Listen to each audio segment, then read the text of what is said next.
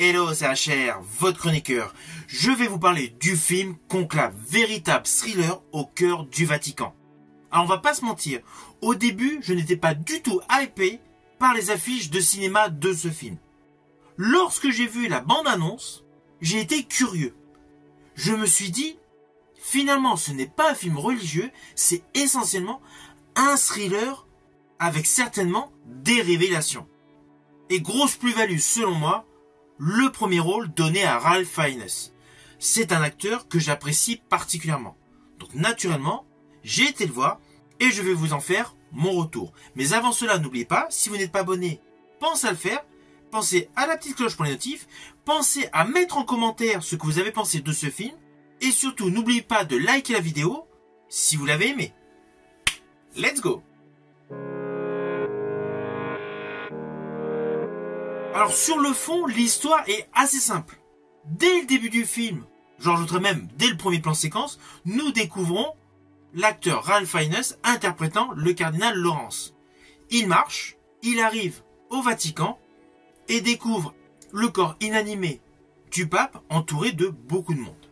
Néanmoins, si vous attardez votre regard sur la posture et les mimiques effectuées par l'acteur Ralph Fiennes, vous allez remarquer qu'outre le fait d'être triste de la situation, il a un regard inquisiteur sur tous les détails de la pièce.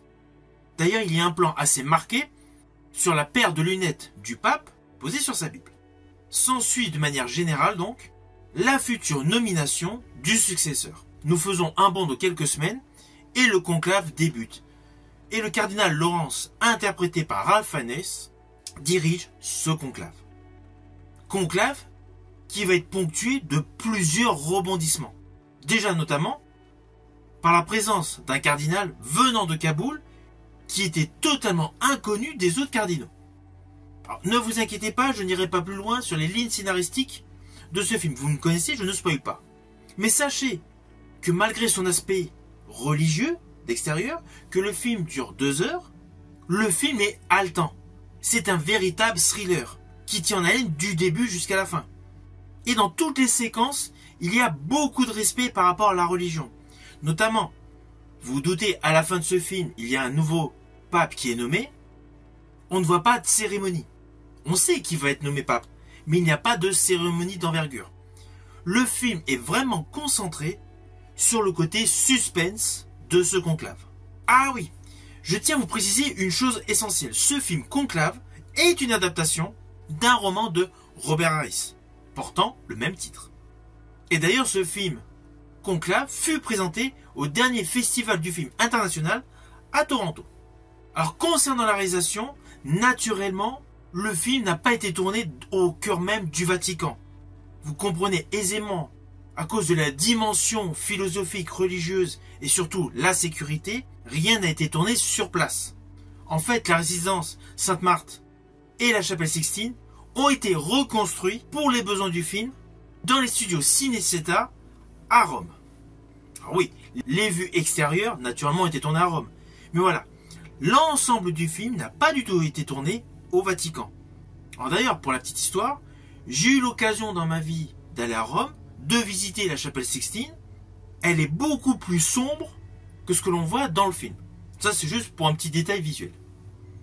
Alors toujours côté visuel, il y a un effet de style par rapport à la luminosité durant tous les plans séquences. Il y a un contraste saisissant. Nous voyons l'arrivée donc des cardinaux avec des couleurs chatoyantes après une intro extrêmement ténébreuse, la mort du pape. Et d'ailleurs, lorsqu'on suit la scène d'ouverture où le cardinal Laurence marche, c'est assez sombre. Alors le plus étonnant dans ce film, qui a un socle religieux, c'est que nous avons beau avoir des postures d'hommes sages et philosophiques, cela n'empêche pas qu'il bascule aisément vers des débats, des échanges qu'on a pu voir à la télévision entre des politiciens. Il y a tout un côté religieux qui semble être mis en second plan pour mettre en exergue une structure politicienne. Vous allez le voir, chaque petit clan de cardinaux ont leur chouchou, ont leur favori. Au fur et à mesure que nous assistons aux débats, aux échanges, on a réellement l'impression d'assister à une élection politique. Ainsi, nous découvrons Ralph Fiennes donc jouant le cardinal Lawrence avec une véritable posture à la Sherlock Holmes. Nous avons la posture du cardinal Tedesco, le véritable conservateur, interprété par Sergio Castellitto. Nous avons le progressiste, qui est vraiment très ouvert par rapport à la société actuelle, le cardinal Bellini, interprété par Stanley Tucci, et le cardinal Adeyemi, qui paraît le cardinal le plus humain par rapport au vécu de son passé, interprété par Lucian Samati. En fait, les leaders des cardinaux qui nous sont présentés ont des tempéraments différents, des tempéraments que nous retrouvons aisément au cœur de notre société. C'est cela qui permet à ce film d'être un véritable thriller où, in fine, la religion, on la met complètement de côté. On est vraiment happé par cette histoire de succession. Car, comme dans tous les gros groupes d'entreprises ou même en politique, il y a des coups bas. Et au fur et à mesure qu'on avance dans l'histoire, vous allez découvrir des coups bas entre les cardinaux pour pouvoir passer devant. C'est ce qui rend d'ailleurs haletant ce film. Film qui est totalement construit comme un pulse. Alors le réalisateur de ce film est Edouard Berger, c'est son 6e film. C'est un réalisateur allemand et ses 5 précédents films sont sortis en Allemagne. Alors oui, son 5e film, j'ai eu l'occasion de le voir. Il s'agissait d'À l'Ouest, rien de nouveau. Mais ces 4 films précédents, je ne les ai pas vus. Je préciserai même que ce 6e film est totalement antagoniste à ses thèmes précédents.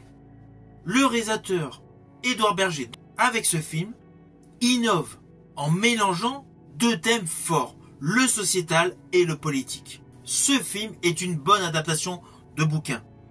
Le scénario a été conçu de manière à avoir de nombreux rebondissements. Et je rajouterai que sous couvert de vie sociétale des cardinaux, il y a la représentation de tous les travers de notre société, notamment la corruption, les abus sexuels et la place de la femme dans la société.